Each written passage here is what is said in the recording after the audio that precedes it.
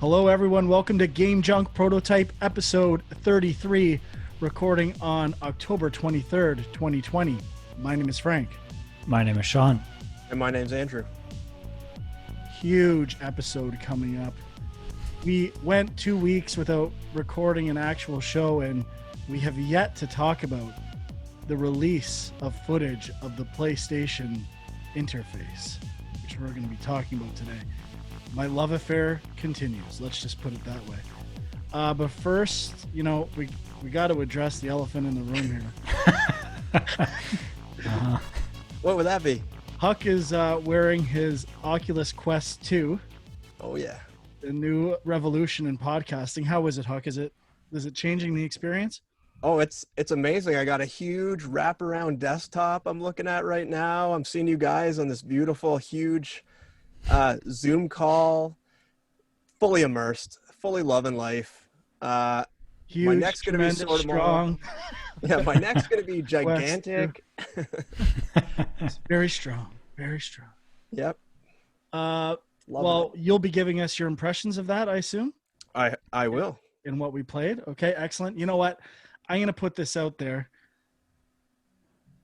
I had this thought when Huck said he got this thing. I don't know if this has been reported anywhere. This is just an idea. I hope I'm not starting a wildfire that spreads throughout the industry. Have there been any rumors about PlayStation going open source for VR? Like partnering with Oculus and saying you can use any headset device on PlayStation? Not that I'm aware of. To expand like the user base of PlayStation VR, defer the technology to other console, like to other manufacturers, kind of like Steam does. Like, to me, that could be a huge move for PlayStation. If you have an existing VR headset and you could use it, and all those backward compatible PlayStation VR titles. Has this been put out anywhere yet? Am I starting something? Well, what is that new cable that they say you need to run the old PSVR? Like, what is the new that's interface? what got me thinking about it. Like, they're not really announcing a new PlayStation VR. They're saying the old camera won't work. Now, correct me if I'm wrong, but you do not need a camera to operate that VR. I do not know. It's right?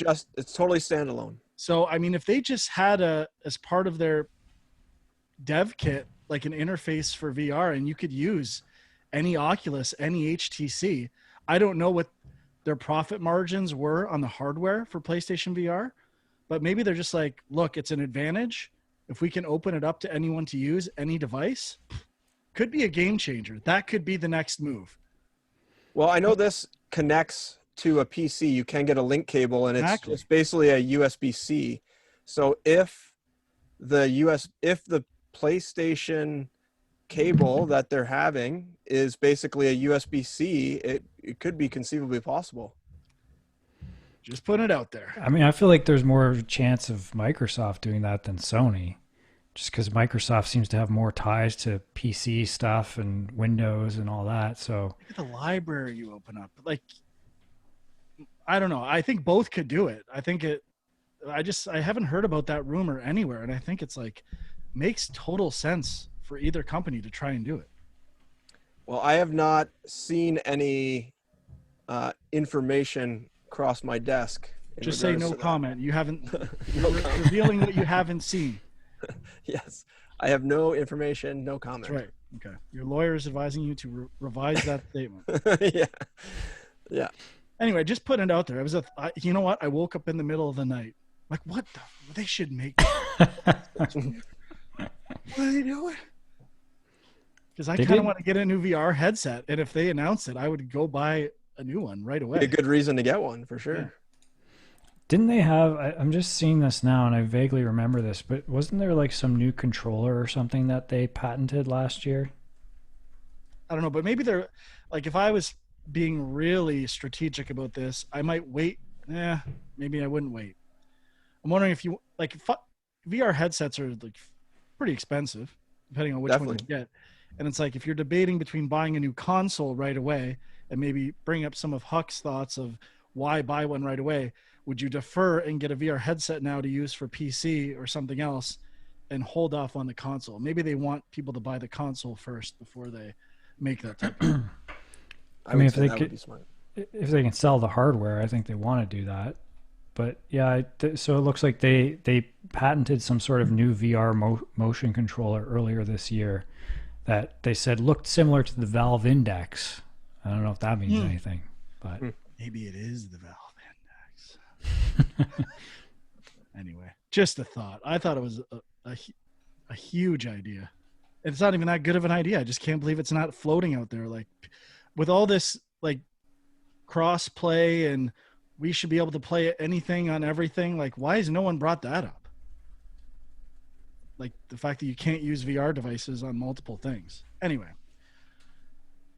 let's get into the topic du jour, the PlayStation interface, which was demoed in a video a few weeks ago, which was a state of play. Can we get specific with the terms here? It's definitely the PlayStation 5 user interface. What did I say? You said PlayStation interface, which could mean a bunch of things. Yeah, I don't think they're rolling. Well, there are some new things that it will be rolling out to PS4 as well, but not.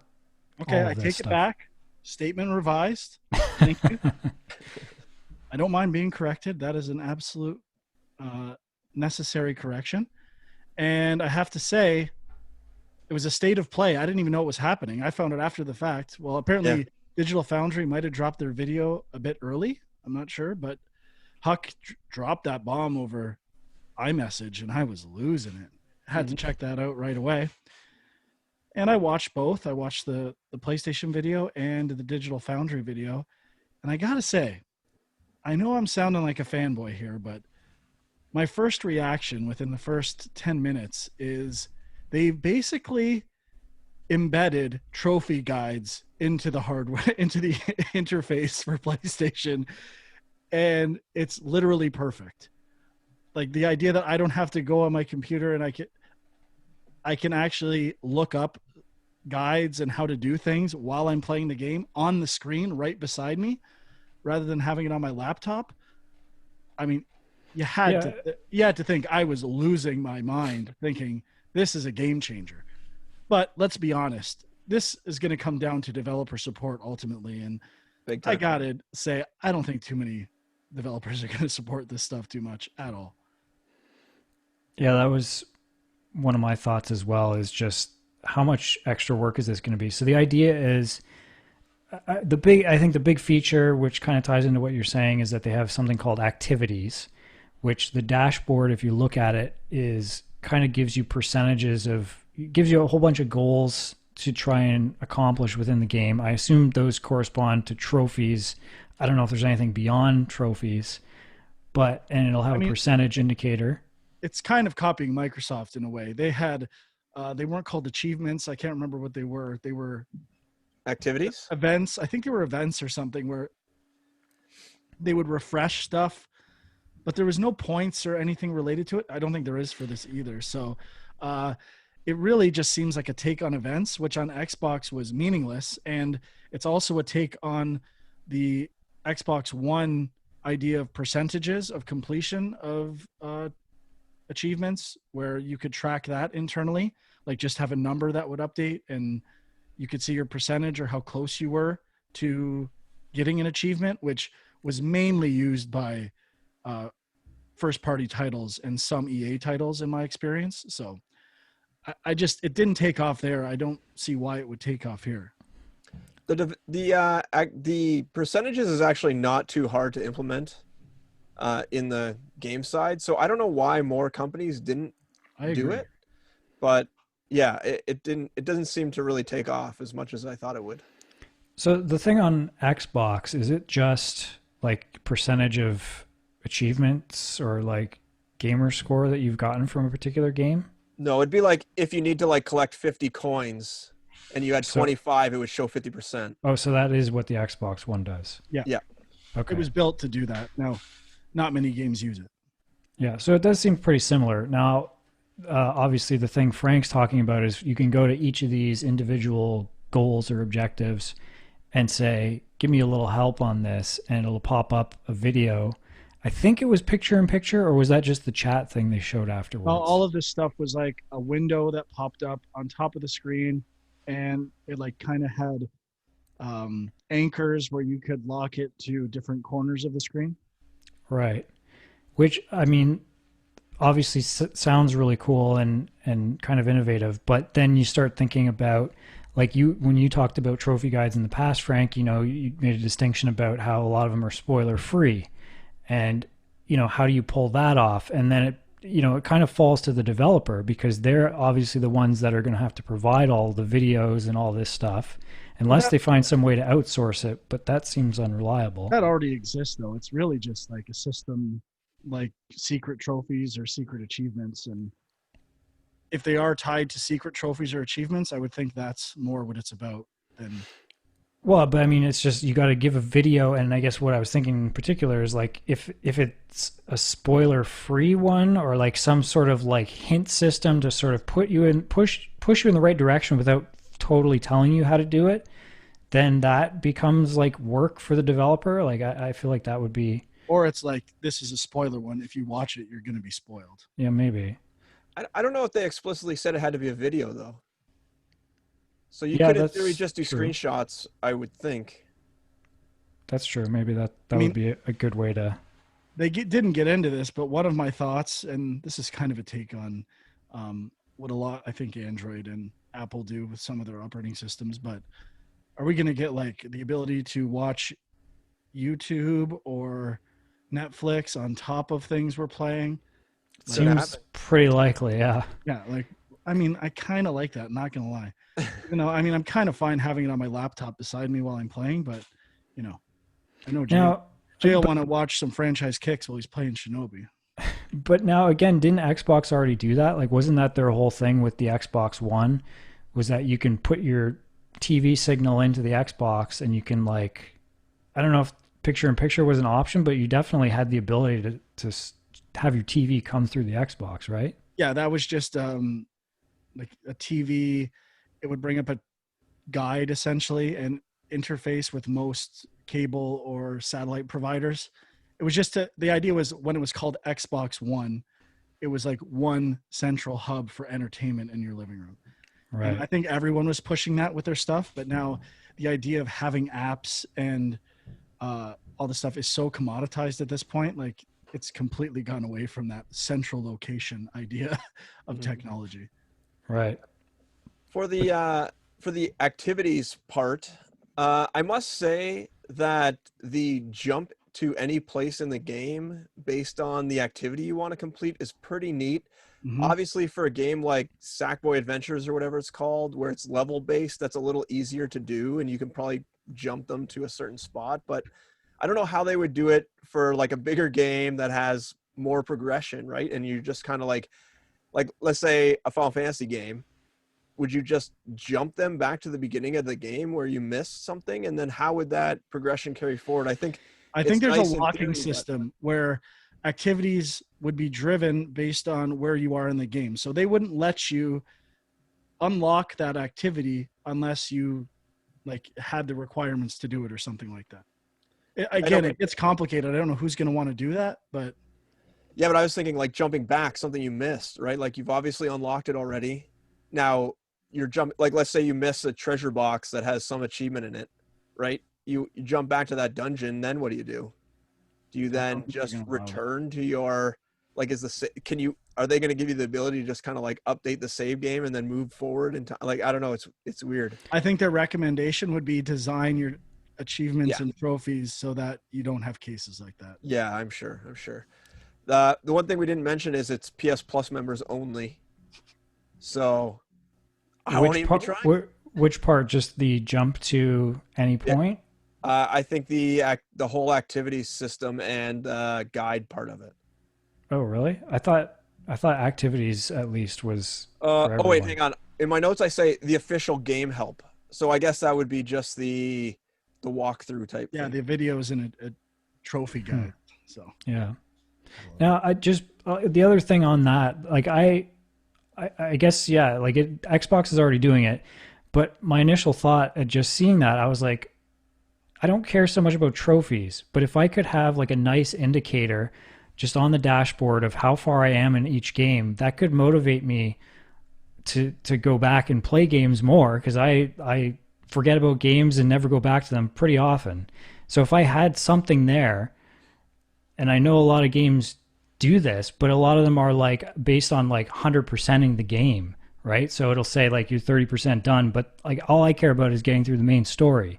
So I don't know if this is going to really solve my issue, but I would love if that was a thing that I could just quickly see. I don't think they're going to have that, because this thing we're talking about right now is like the screen for when you're in the game already. That's not like the main home screen for the PlayStation 5. This is Oh, like, it's not? I thought it no, was. this is like if you hit the PlayStation button while you're playing a game, it's kind of Oh, like okay. a sub menu for that game that PlayStation provides. Hmm. So like, because later on in the video, they show you the actual PlayStation homepage, which looks basically just like a PlayStation 4 dashboard. And I didn't see anything. Now, they didn't really spend any time hovering over each game for too long or scrolling down, but it looked basically the same as what the PS4 currently has with the like activity feed. There was kind of like, start the game and, how many achievements you have or whatnot. And I didn't see anything about the activity cards within that aspect of it. So I don't think you'll be able to just easily see like all your games that you currently have, your percentage along with them very easily. I Unless think you there'll be actually like an interface thing eventually. maybe, yeah, they could definitely add it. It sounds like they're keeping it open to be able to add stuff. Or when you highlight a game, like if you go over that game in the bar, kind of how currently it'll load stuff about, your trophies and DLC and stuff like that. Yeah. I could see them doing that there. But I will say, like, currently on PlayStation 4, that stuff sucks. Like, it loads so slow. And I think they said on Digital Foundry, or one of the two, they're going to start caching that stuff more. So it's not like dead information every time you go to a new game, which it is awful, to be perfectly honest, on PlayStation and Xbox for that matter. Like, those systems are not great. So maybe with the SSD, that'll start to get better. Overall, I don't know if this I is a doubt it. controversial opinion. Um, like, I've ever since the PlayStation 3, I've become less of a fan of the look of each iteration of the user interface for PlayStation. Like, I loved the simplicity and compactness of the cross media bar on PlayStation 3.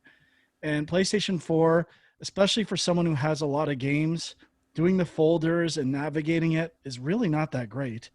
And this is like, again, more about making the presentation more beautiful, and they emphasized 4K native resolution for this stuff.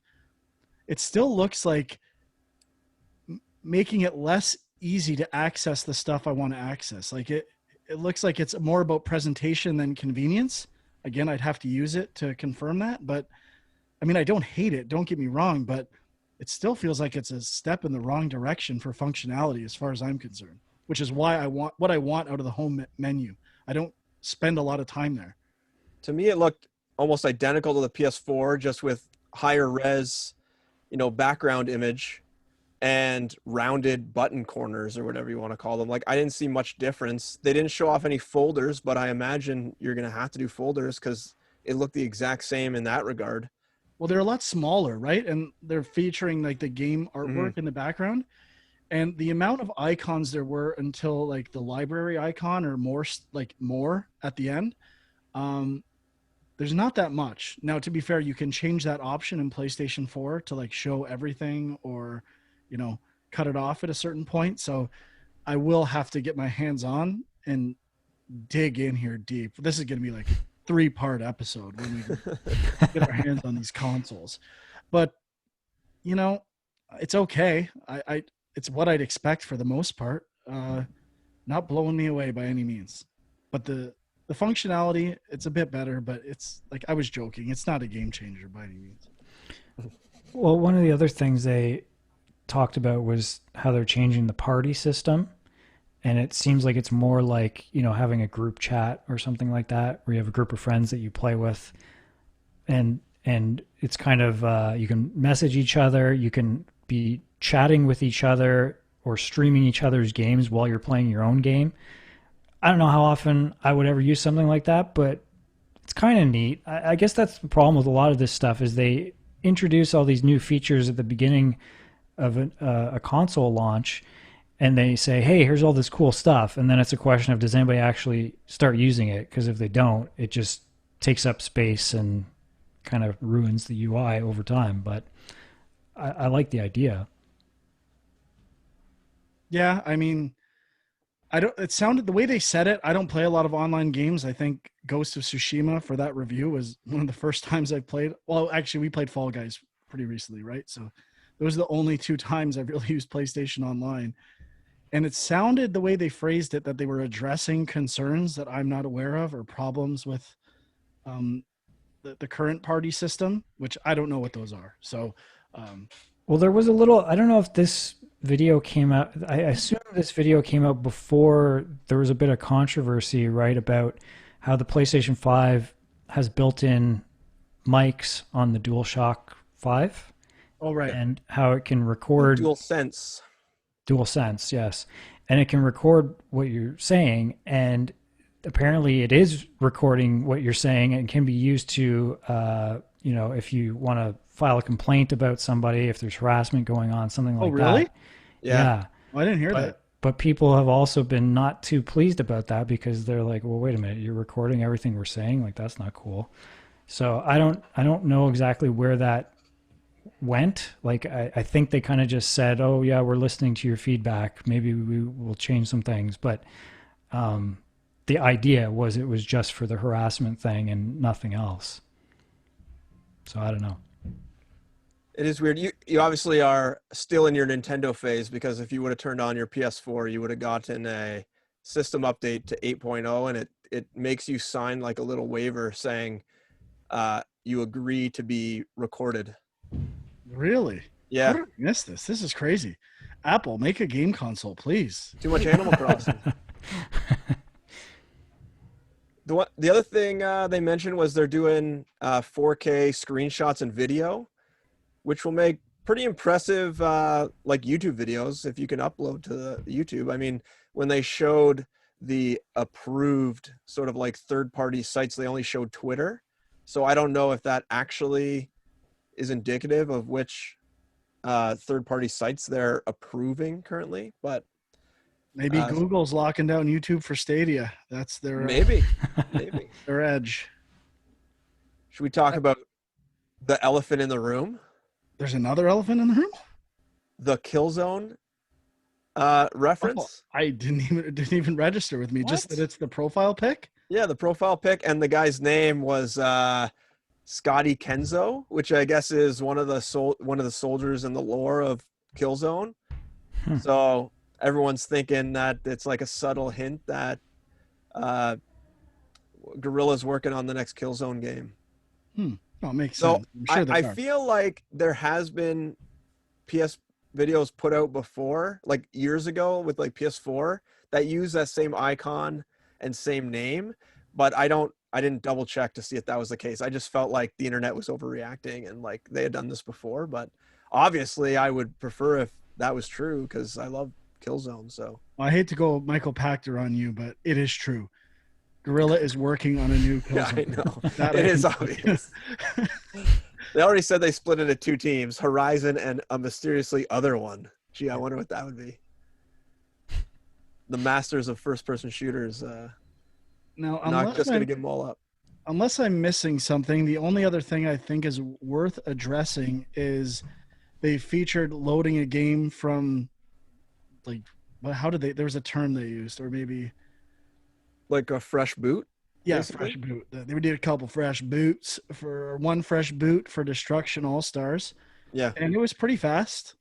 Yeah, it Looked was. good, and I'm really anxious to see what this solid state drive is all about. Man, it's like 3.5 weeks away, 4 weeks. They sure didn't Yeah. want to show any gameplay of Destruction All Stars, though. That's for sure. No, just some Let's skip past that. emotes and dancing. Yeah.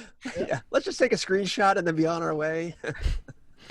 So a couple other little things. So they mentioned that there's voice dictation now. So like if you're trying to chat with somebody or send a message to somebody, you can just say what the message is, which I guess it seems like you should have that nowadays. So I guess that makes sense. Hopefully, it's better than my Toyota Camry. And they did mention, like we were kind of already talking about spoiler stuff with the game help thing, but I guess they're also saying that if you take a screenshot of a game or a video that you're playing and you share it to like your party or wherever else you share stuff, they can mark things as spoiler. Like the developer can say, oh, if it was on this level or this particular part of the game, it's spoiler, so it'll give a warning or something. That system kind of exists already. Does it? Yeah, well, I mean, you can turn off video sharing. Like they already have it to protect people's privacy, and during cutscenes for, like I know Final Fantasy VII Remake did it a lot during major cutscenes. They would stop like or disable stuff like that. So I'm sure it's just tying into those ideas, and you just kind of set windows or flags as to whether or not it's at a spoiler point in the game. Right. Again, all these things sound great, but if you're, it just seems like if you're checking people's stuff, doing trophy guides, it's the same risk you run with everything. I guess it's nice that there's some protections in there for that, but I did again, like the I don't think playtime developers are estimates. going to do much. I did like the playtime estimates they were talking about. I think, Sean, you mentioned it briefly there, but it is kind of neat that you can kind of get an easy judge of how far away you are from completing a trophy or whatnot, which is kind of neat. Yeah, that actually I would like even more than a percentage through the main story or something. Give me the actual like amount of time it's going to take me. That would be amazing, but I don't know how hard that is to estimate. Yeah. Well, based on your skill level, pretty difficult. Well, that's what I mean. Like you could look up on how long to beat, but a lot of times what they say is takes me a lot longer. So Yeah. All right, I don't have much else that I remembered that I think we need to cover. Anyone else have any I think that's thoughts? pretty much it. Oh, you know what? They did talk about the party screen share, where you can join a party and then someone can share what game they're playing, and you can actually have a picture-in-picture of the game they are playing at that time, which is kind of like the Netflix idea, but of actually like it might be neat if like I can envision something where like my brother and I have a Madden league and we're both online playing at the same time but not playing each other. We could in theory, I could watch his game as I'm playing mine, which might be kind of neat. And just kind of stuff like that I think could be interesting, but it could also be distracting and you might not actually use it that much, but could be neat. yep, that's it for me on the UI stuff. Sorry, I just heard some knocking. I thought No, I think that's coming from upstairs. Storm coming through maybe. Storm of kids' feet stomping. okay. Was there any other news topics we decided to cover? I don't think so. Do you want to do that Microsoft one? Sure, let's do it. Give Microsoft some time in the Of course. sun here. Got to. You want me to take it or you want You to take this one. You're the Microsoft fanboy. So Microsoft announced that GameStop is going to be getting some of the proceeds from digital sales, which I thought was an interesting choice only because this means that GameStop will definitely be incentivized to sell more Xbox Series X units than PlayStation in theory, because they're getting a little kickback from every digital sale. So the more Xboxes that go out that they sell, they'll get more money. So it makes sense that I think it's a smart move by Microsoft because it encourages GameStop to still carry the consoles in high quantities and push it. Whereas now that more and more digital sales are happening, obviously GameStop is losing out on that market. They're losing out on the return market. So, I mean, and you've seen that by the amount of money that GameStop is making is going down year over year. So I think this is a smart play by Microsoft to try to keep them on their side, especially since it's obvious, right? It's over. The console war is over. So you got to make desperate moves to try to catch Sony. And I think this is a pretty smart one as a way to try to catch them. Well, I get it from the sense that the holidays, it's just, a lot of parents, grandparents going into GameStop and saying like, my kid wants this, what should I get? And I know how they work at those stores. They're always trying to push their insurance on stuff, and that's like that's how they work. And they'll just be pushing Xbox stuff constantly. And to be fair, it is an easy thing to push. Uh, if you were writing a script for selling it, it'd be pretty like you could say, oh, with Game Pass, you don't even have to buy games. You can just, oh, and by the way, you can buy your digital Game Pass card here or something like that. And it actually is a good value. And you could say, oh, it's got EA access. It's got all this stuff. Like the sales script is kind of writing itself. And for someone who's undecided, that knows nothing about what the superior system is. But That's an interesting point. But then, is GameStop getting any money out of that if somebody's buying it and just using Game Pass? Like, I think they get a cut of just game sales, right? Well, I think if they sell those cards, I would assume they would track back to them. Yeah, I don't.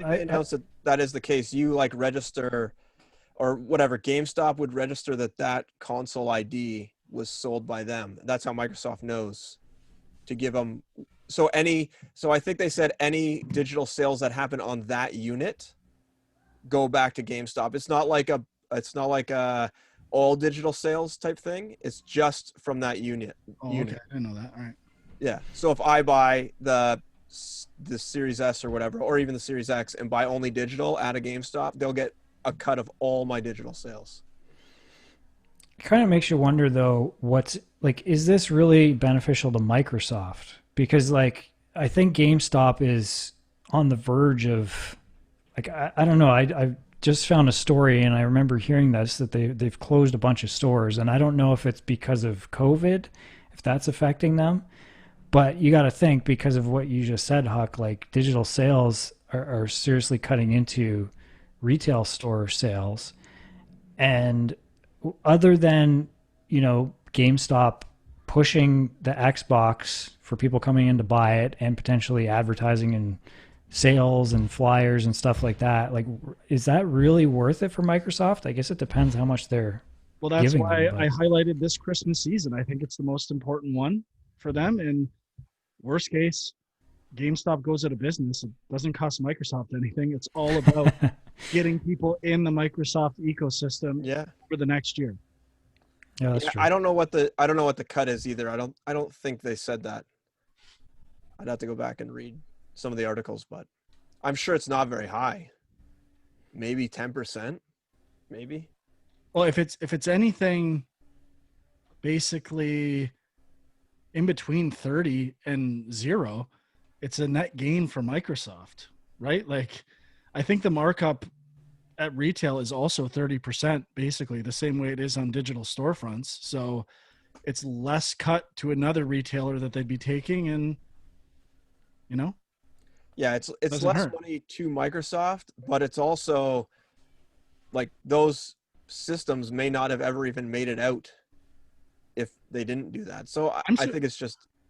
I'm surprised it's an exclusive partnership and it wasn't just a plan for Microsoft to say, any retailer, if we have your console ID, we'll give you a kickback or something like that. Yeah, maybe. Yeah, I don't know. Well, obviously Amazon, they probably wouldn't do it with Amazon because there's no physical locations. Yeah.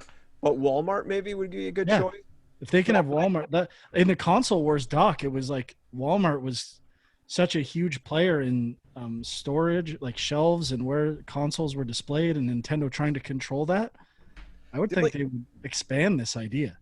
The only thing with Walmart, though, do they actually push certain games? I don't know. I've never gone into a Walmart where someone comes up and is like, hey, what are you looking for? And then, it's GameStop, they do that.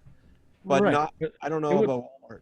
But they wouldn't put on sale, but they have flyers that reach millions of people every week. And just put that on the front of your flyer if you're getting an extra kickback on that stuff. That's true.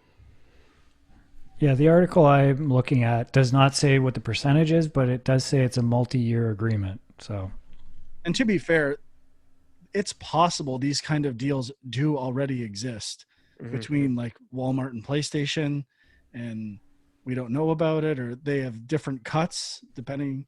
They negotiate all this stuff behind the scenes. So Um, maybe that stuff would have leaked by now, but there could be similar types of deals with many retailers already. And GameStop was kind of we're just a general video game store. We don't make deals like that. We just take the markup for everything. And now they've got to, start doing stuff like that. I can't tell if Huck's making eye rolls or whatever behind the goggles. We'll never know. Never know. Okay, I think that's it for that topic. Anyone else have anything to add? Nope. Okay, let's get on to what we played. I'm going to defer to Huck, the VR master himself, and get some. I'm assuming he's been under the visor all week. Can't take it off for the show, so Yeah. I know. I live with it now. It's a part of my body. No, I'm really impressed with it so far. It's quite lightweight. There's some really neat features, like I could just kind of like double tap the side and it turns on the pass-through camera so I can see anywhere in the room, which is really cool.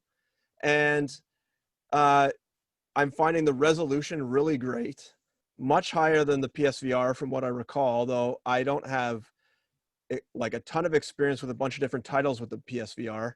But to be fair, with the PSVR, you had VR vision and Rye vision. Yeah, but I mean, I've also I know that was just at your house though. But I've developed like 2 games for the PSVR, so I know. I've been under the visor just as much as you, just in a more boring fashion. True. But I did try. I haven't tried too much stuff, so I'm streaming this right now through my Wi-Fi. I bought an app called Virtual Desktop, which is about $20, and you do have to do some work to get it to run. You have to run an app on your computer. They recommend having a 5G router, which obviously not everyone will have. And basically it just streams my desktop to the Oculus. And by doing that, I'm able to basically see my whole screen, do this Zoom call. I can see the screen and everything, my notes. And it's pretty easy to get set up in that regard. Well, I guess I'll back up. Setting up the Oculus in general is super easy. There's no cameras. You literally turn it on, log into your Facebook account, which most people probably have, and then you basically let it update and you're ready to go right away. Like there was really nothing. You pull out the little like battery protector tabs from the handsets and that's it. It's really And do you have to have a Facebook account? You do, yes, for this Quest 2, yeah. Okay, interesting. Yeah. So, and I did read an article today that if you sign up with a fake Facebook account, they are terminating those Facebook accounts. And if your Facebook account is terminated, it essentially bricks the Quest 2, from what I can tell. So that's not ideal. That's not good. No, yeah. So the other thing with the setup, have to have a Facebook account to use that thing? Yes, to use this, yeah. Guess we're not getting one of those. Yeah. So basically that was the thing. If you don't want to use Facebook or whatever, then stay away from the Quest 2. The other weird thing was to get it set up, I did need a mobile app, which I thought was kind of weird. I guess it's sort of like the 2-factor authentication sort of idea, though I didn't have to like get a text and enter a code each time. But in order to set it up, it does make you like download the Oculus app and pair it to your headset. So I don't know if it's just a way to force you to be able to buy stuff easier through your phone or whatnot, but it was kind of annoying. I didn't really know why I should have to do that. It was all pretty easy to enter stuff through the headset itself, just with the controllers. But not being able to need to set up like a cable connected to the computer, not having to have any like light towers or lighthouses or whatever they call them, is really quite amazing. And I've been running it in like the experimental 90 hertz mode, so it's really smooth. I did buy Beat Saber and I've been playing that, and it looks really good. Like the resolution's really high. It's really quite incredible. I haven't played Beat Saber on the PSVR, so I can't really compare the two experiences, but it was really smooth. I had no problem with nausea, and yeah, really, really great experience. Highly recommended. I haven't looked into this. Do they allow modding? Like I know a lot of Beat Sabers like modding songs and custom songs. So that I don't know for sure, but I did play around. So there's this other thing with the Quest where you can technically play other VR games that are not bought in the Oculus store by using the PC link cable and running, I think it's called like SideQuest. There's like this app called SideQuest. I don't know, there's videos on how to do it. You But need a anyways, I did Facebook that. account to do that? No, you don't need a Facebook account to do that. Okay, so there is a way for people to Oh, no. Sorry. In order to get into the headset, you need a Facebook account for even sure. with the link cable? Like Even how are with the people link- gonna like surf porn anonymously? Like isn't that what this they don't I want that shit guess tied I to their guess go Facebook account? HTC Vive or whatever it's called. But or just own up to the porn addiction and Just don't post do it it to your anonymously. Facebook That's feed. all it is. So the side quest thing, I don't. So the virtual desktop. The reason I'm able to do this right now is because I downloaded the side quest thing, and there is a special version of this virtual desktop app that you need to be able to stream it without the cable. So that's why I got this side quest side loading thing for it. It basically lets you load other apps onto the Quest. So I'm now able to pair this directly to my desktop over Wi-Fi, and this actually gives me access to any games in my Steam library as well. So it is able to look through into my Steam account, and I can actually play them not as if like I'm playing on the desktop or launching Steam VR. There's actually like a games tab when I go to launch this virtual desktop thing. So it literally is kind of like right in the headset. It's almost like just having another library other than your Oculus library right in the headset. And it's quite easy to use. The only VR game I have in my Steam library was Keep Talking and Nobody Explodes, which turns out to be a multiplayer only game. But I loaded it up anyways just to kind of test it out. And it seemed like it was smooth, though I didn't really get into any gameplay because I didn't, but it worked well. It worked well. The other game I tried that was free was Echo VR, which is by Ready at Dawn. It's free. It's right on the Oculus store. And it made me quite nauseous. And it is a game where you're not teleporting. You are actually like pulling yourself through the environment. So you're in 0G and you're actually like reaching out and grabbing things and pulling yourself through. Now I was sitting down like this. I don't know if I was standing, maybe it would be a little better, but moving through 3D space and VR is not for me. I didn't have any rye in my system either, so I guess we'll see what happens tomorrow. I played that earlier today. Maybe if I'm yakking all night, we know it was the VR, not the rye. But I thought it was really the Echo VR, which I think is sort of like the free version of Lone Echo. I think it's supposed to get you into the Lone Echo game, which is their paid version.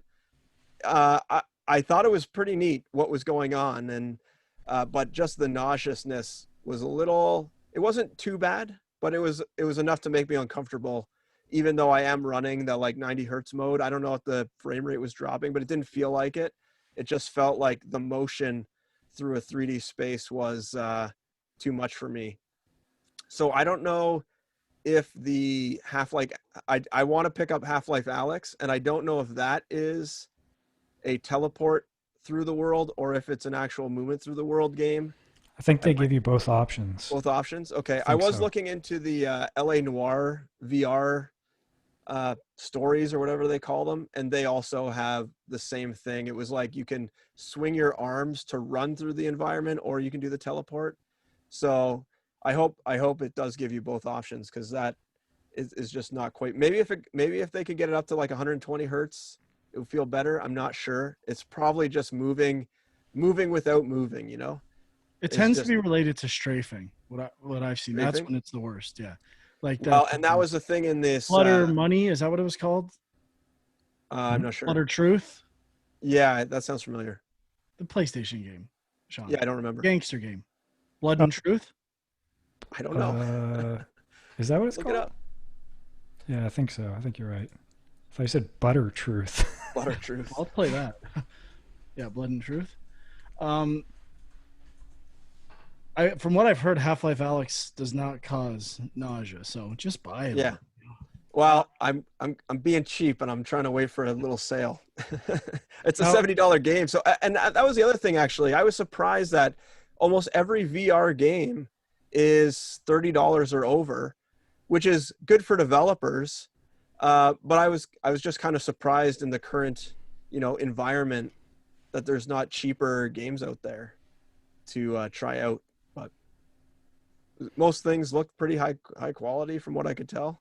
Am I missing? Like, I'm looking at Huck with this thing on for the last hour or so, and by now the two black holes are eyeballs. Like, he looks like Death. Like, do you remember the game Death Junior? No. Yeah. But it's also like it might be some other cartoon or game, like an alien that he looks like. Yep. I just see eyes now. Yeah, Like, I think these two, and I think these two up here we don't see are them. all the sensors. Oh, you can't see these ones up here? They kind of get lost at the angle, but He looks kind of like Baymax. Baymax, yeah, that's better. Yeah. Yeah, but it's pretty comfortable. Obviously, I've been wearing it for this past hour. I mean, my face is starting to sweat a bit, and it's starting to get a little uncomfortable on like my forehead. But overall, it's pretty comfortable. It's pretty light. I have had after playing Beat Saber and stuff, my neck was sore the next day. So I'm sure tomorrow I'll be in quite a bit of pain after this. But I'll take some Motrin and get over it. Well, these are all reps, right? You got to build up that. That's right.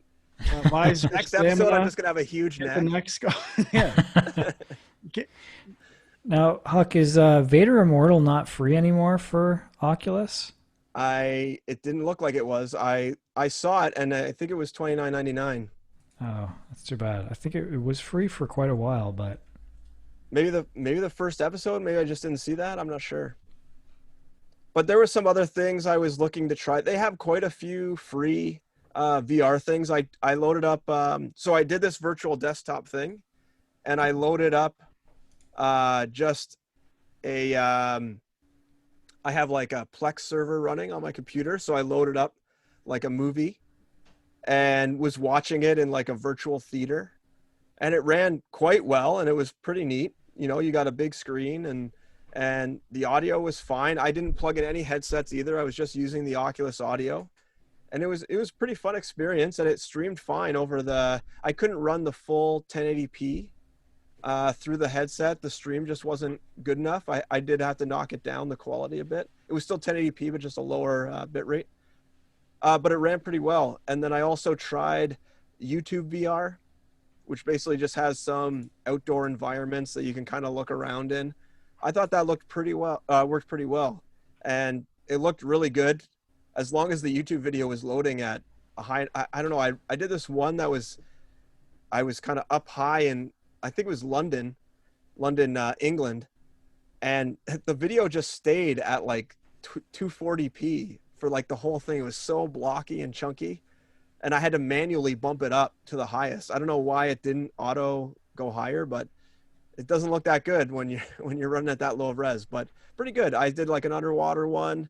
I haven't tried Netflix VR yet, but I hear the app is not great for the Oculus from what I was seeing. And I think that's all I've tried for now. They have like some virtual environments when you first load in, and then you can change and look around. One's like a space station, one's a room, one's a cyberpunk room, kind of stuff like that. And then you just have your normal Oculus Quest menu that you can pull up and look at and go to the store and all that good stuff. Overall, highly recommended, especially for this is the 64 gigabyte version, so it's only $300 or 300 plus tax Canadian, or was it $4.99? I can't remember. I think it was $3.99. Whatever it was. Minor detail. But yeah, really enjoying it, and it's pretty neat. I like it. Yeah, I gotta be honest. If PS5 wasn't coming out this year, I'd be pretty tempted to pick one up. But I'll hold off. We'll see what happens with PSVR 2, maybe. Yeah. all these Could be a good companies down. Fuck Facebook. We know That how is a Sean feels. that is He's a a direct quote. thing. A direct quote. Sean, you playing Uh, anything? well, so I know you guys just reviewed Ghost of Tsushima. I have been playing it. I'm not going to say too much about it because I'm sure people are sick of hearing about it. But I just wanted to quickly. So, I mean, my experience with it, it's funny because you all basically said the same thing, and it's like it's so great to start, and I'm probably still in that honeymoon phase with the game, where I'm really loving it. I think it's gorgeous. I'm just digging the story stuff I've seen so far. I even like got pulled into doing I was going to just do all main quest all the way, and I got pulled into some of the mythic quests because they were either kind of interesting in how you have to explore the environments, or they had cool rewards. Like I did the one for the longbow, and I think there was like a armor that's for archery specifically. Um, so I did some of those, but yeah, I'm still really liking it. The one thing is though, I'm starting to sense a pattern in how some of the quests go. I think I've done like the last few I did all ended in a boss fight of sorts, and the boss fights all felt very similar. So I was a little disappointed with that aspect of it. That's the good part. Yeah. And I mean, I will say the combat was a little like it took me a while to get used to, and maybe it's probably my own stupidity, but like for the longest time I was just trying to perfect parry everything, and I was just getting destroyed at the start, and then I realized, oh well, you can just hold to block and wait for your window, so that helped a lot. But I also read, and I know you guys talked about this a little bit, but like any recommendations I saw from people, they all said do the parry side of the skill tree and ignore the evasion stuff. Even though the evasion stuff sounds cooler, like I wanted the roll and some of the other ones, but the other stuff is actually more practical. And I think the big one for me was being able to block arrows Oh yeah. was huge. Hmm.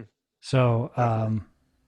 yeah, but I don't know. It's weird because I've said before, open world games are tricky for me. I don't always get pulled into them. Sometimes I get overwhelmed.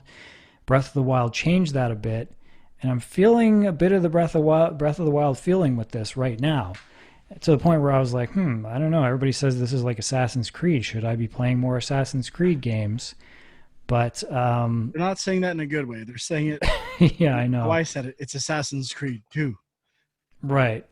And I guess I really got to wait until I get closer to the end and see how repetitive things are. But that being said, I mean, it's just the vibe of the game and like the look of it is amazing.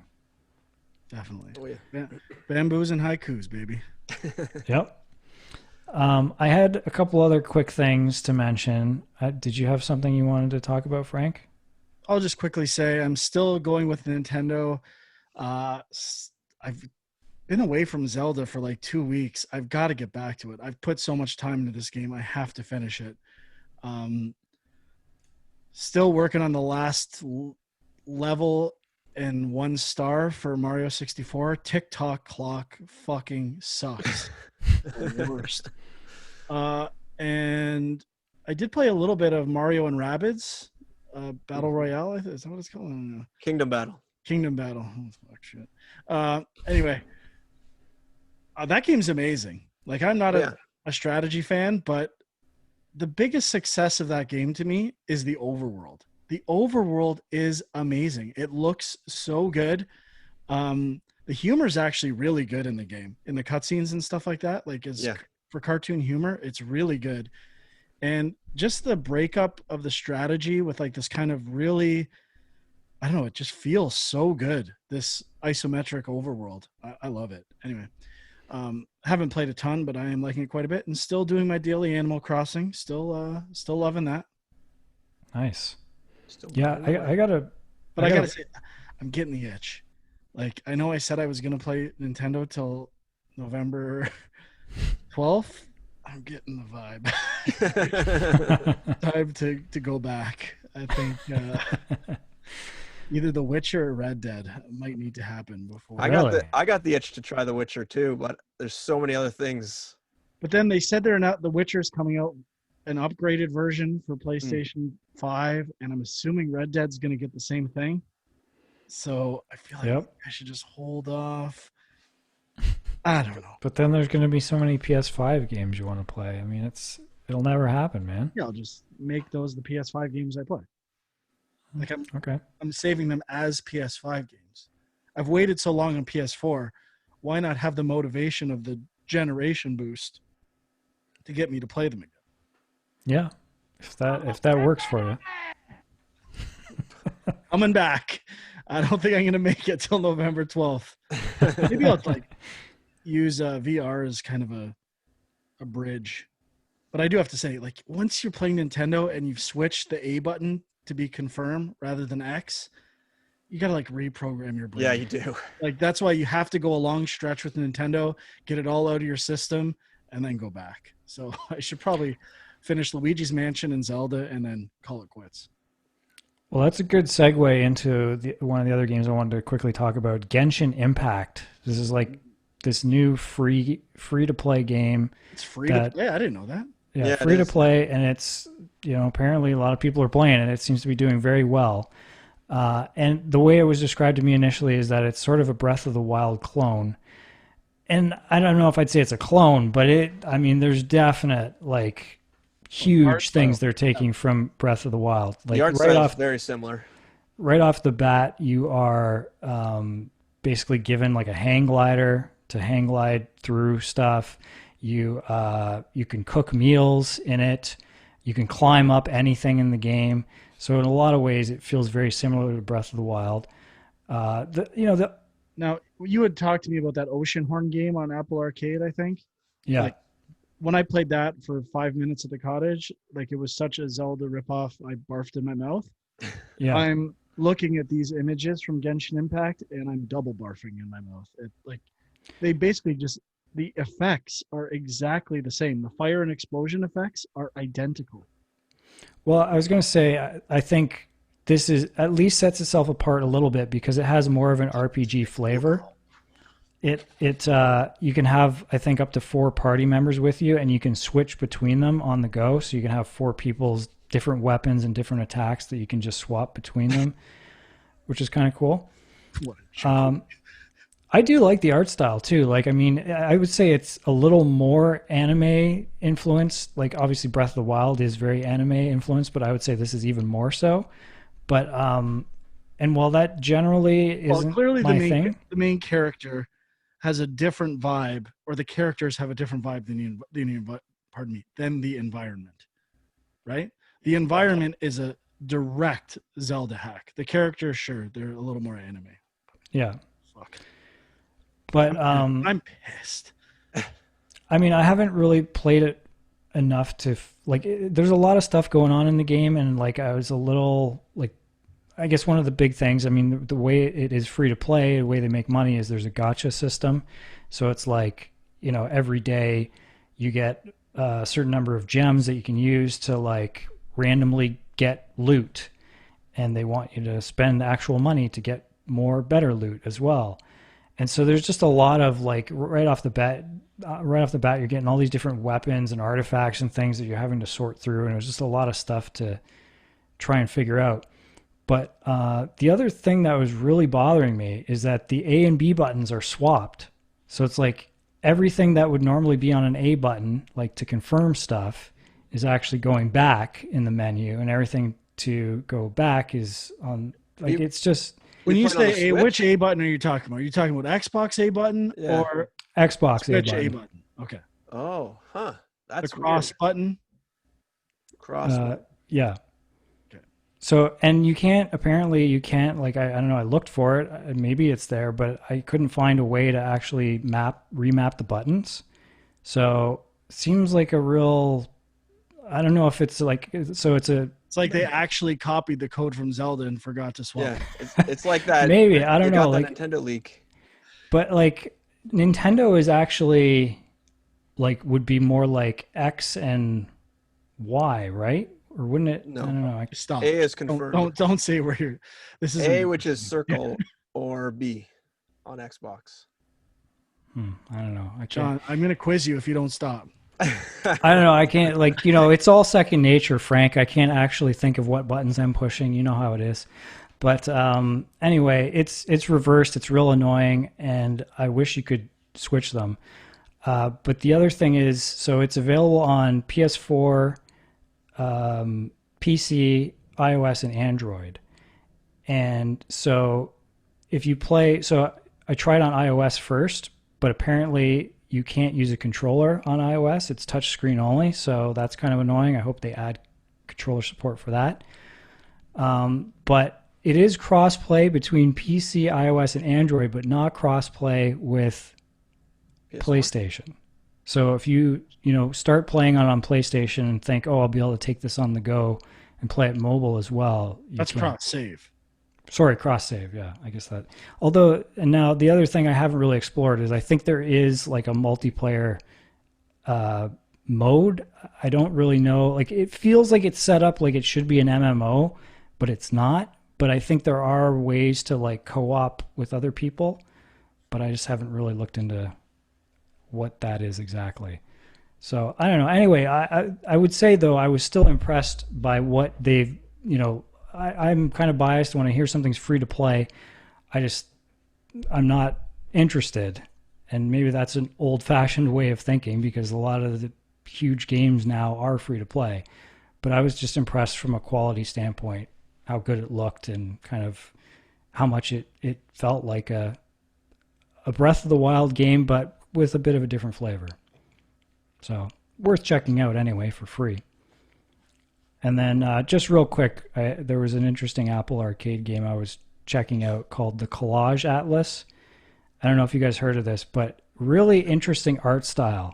All the art in the game, so it's all done by one guy, and all the art is literally hand drawn, like pen and ink. So it's basically black and white, sketched artwork, but it's a first person game, so you're kind of going through this first person world that's all hand drawn, and it's really neat. But the problem is the gameplay, there's not a lot to it. It's more of an art experience. You're kind of collecting letters and words for these sort of poetic sentences that come up, and I don't know, I haven't gotten too far in it, but it really just seems like it's sort of a chill out experience. There's not a lot to it in terms of gameplay, but the visuals are pretty neat. So just check out some videos and see what I'm talking about.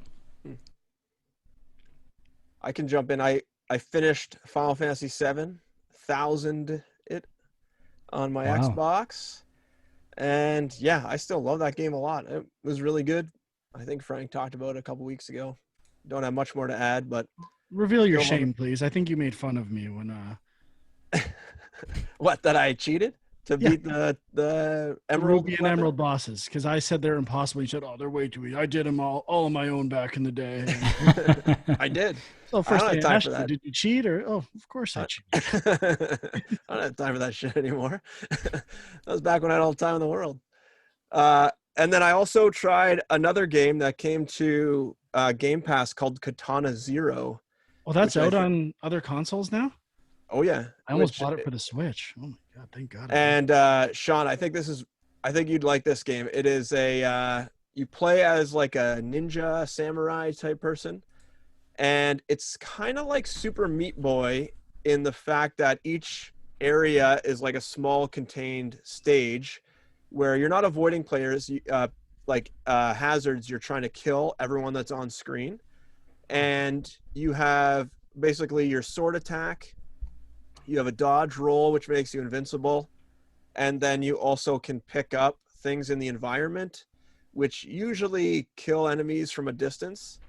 But they can also, there's also like a smoke bomb or like a fire bomb, which will kill multiple. And it's a quick little loop. You die and it kind of like rewinds you quickly back to the start, and you try again. And then once you clear that screen, you move on. And it's got this neat little story that's kind of weird, where you're like playing with time, and that's why you have this like special. Oh, you also have like a slow down time mode where you can basically slow time right down. And that is also the idea behind when you die, why you get to rewind is that you have this like magic sort of like time power where you don't actually ever die. You just kind of go back in time a bit. And it's quite challenging. Some of the areas are pretty tricky. But you can get through them if you play through them, 5 times, or in Dwyer's case, 20 times. And I have actually played this. have you? Okay. I have it for the Switch. Okay. But I mean, I would describe it as maybe Mark of the Ninja meets Hotline Miami. Sure. Yeah, that's a good comparison. Yeah. But yeah, it does get pretty hard. Yeah, I was getting pretty frustrated. I had to walk away on a couple levels near the end where I gave up for a bit. But there are some stealth mechanics too, where like you can hide from some guards in certain areas, and there is some choice. I don't know how the choice plays out, where you kind of are giving these dossiers to perform kills in the first kind of half of the game, I'd say, and then there is usually little. They don't explicitly tell you, but there's things like don't kill anyone or don't talk to your mark or whatever, and you can ignore those things. I usually went with it. I don't know what happens if you don't go with it, but maybe it changes a little bit. I can't imagine it does, but I liked it. It's pretty good. It was maybe like 4 hours or so it was a nice little quick game. I enjoyed it. Breaking news. Uh-oh. That's why I've been shaking my head over here. I went to see if Katana Zero got released on PlayStation. They have completely changed the web-based PlayStation Store. And I think they announced they were doing that, yeah. It is the worst. Again, this trend from convenience and removing functionality to make it look good. I could go coming soon. I could go new releases. I could go deals. I could break everything down. Now it's just this glossy mess of nothing. Like, this is the fucking worst. You're killing me here, Sony. I think it's not over. What is this? I had my way. I used to come in here. I used to check the deals, check what's new, and now it's just banner ads. Ugh. Fucked up big time. I don't know why they changed the website specifically, but they did say that part of this was about making the store integrated into the UI of the PlayStation, so that, like, how when you go to the store it kind of has to open up a whole new app. I think that's going away. Yeah, they did also announce that you can no longer buy, I think it was PS3 and Vita games from the website. You have to do it on that console. So they really don't want anyone buying those things anymore for those platforms. I don't think that's that big of a deal. People still play the Vita, though. Yeah, but you can buy stuff on the Vita. Yeah, I guess so, but you got to get it up. Then if you're on the go and something goes on sale and you got to get it now. Exactly. There hasn't been too many Vita sales as of late. I wish what if Citizens of Earth goes on sale for $1 and you desperately need to buy it? I have it. On the Vita? Yeah, of course. Oh, okay. But I actually wish there were more like really cheap PlayStation 3 and Vita sales. Like, I would try to collect every good game so I could just sell all my old stuff. Like, they should do more of that stuff. Anyway, are we done? Are we fucking done with this thing or what? I think we're done. We better finish before Frank has any more Sony announcements. Shutting her down. All right. Hang on. Take that thing off. Oh, yeah. You want to see Huck do the entire show with the... I thought you were going to have some gag when you took it off, like some crazy shit. No. I thought you were going to have another visor around my forehead. But check us out on youtube.com/GameJunk. Views are skyrocketing. And, I'm not even going to plug Facebook. If I could have an account to use one of their VR headsets, they got enough of a plug today. Big time. Game Junk Podcast on Twitter, right? My Angry Commute, Equilibrium Sis. Check them out. Next week, who knows? Is there a Halloween game we can play maybe or do something? I don't know. It's Halloween. Shocktober, baby. We'll see. Maybe. Maybe I'll play Luigi's Mansion finally. Of course, that's the horror game you'd pick. Weird. All right. Well, thanks for listening. We'll see you next week. Bye-bye.